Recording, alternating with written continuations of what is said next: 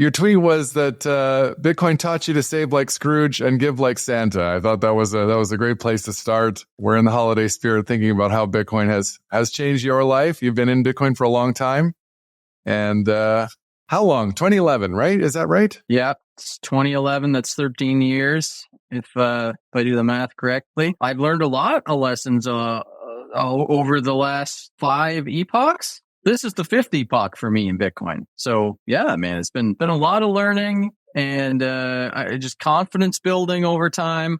And it's funny because I just only like finally got to the point after 12 years in Bitcoin, like earlier this year, where I realized like I don't need to be afraid of anything stopping Bitcoin anymore.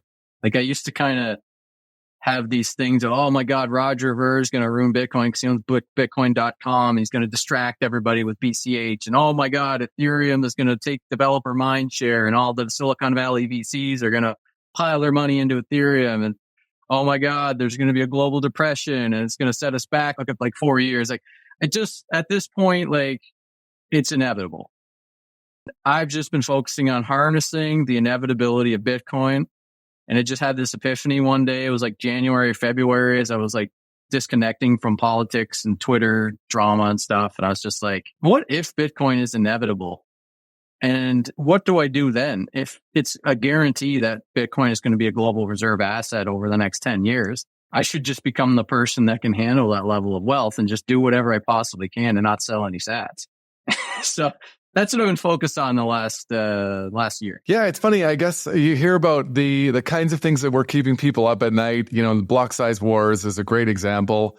And flash forward, it's almost 2025, and now people are worried about whether or not Microsoft will vote to own Bitcoin on their balance sheet, which they did not do on this time around. But we're now talking about Brazil and the biggest companies in the world looking at Bitcoin as a serious thing that they need to be investing in and working into the fabric of how their treasury management works. Like it feels a lot like it's a gradually and then suddenly and then really suddenly time. Your thoughts on how that's all going? Well, it might be a little bit controversial, but I don't know if I really think about it like gradually then suddenly. I think about it like gradually and then gradually and then gradually. And then before you know it, over time, it's like a glacier.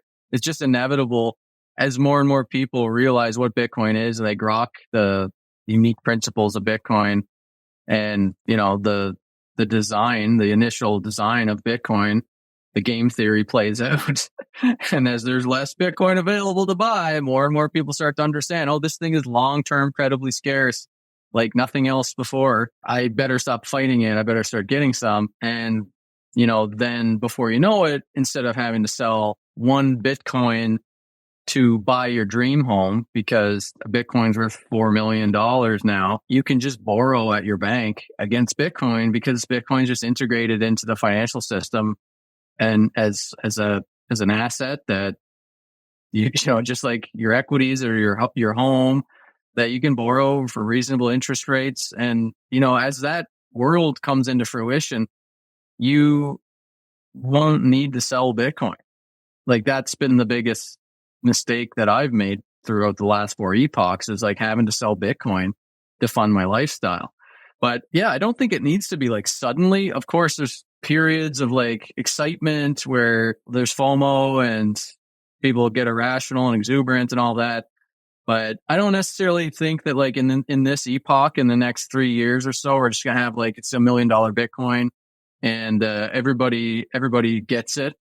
It's still only a small percentage of the world understands Bitcoin. And I think we're going to be fighting that education battle for the next 10 or 20 years, even to kind of like help people understand what this thing is. But before you know it, you know, 10 years later, it'll be kind of like just a network that they use on a daily basis because everybody's using it. It's just something that they use. Whether or not they're going to be storing all their value in it, I think people will have touch points with Bitcoin, just whether they even know it or not.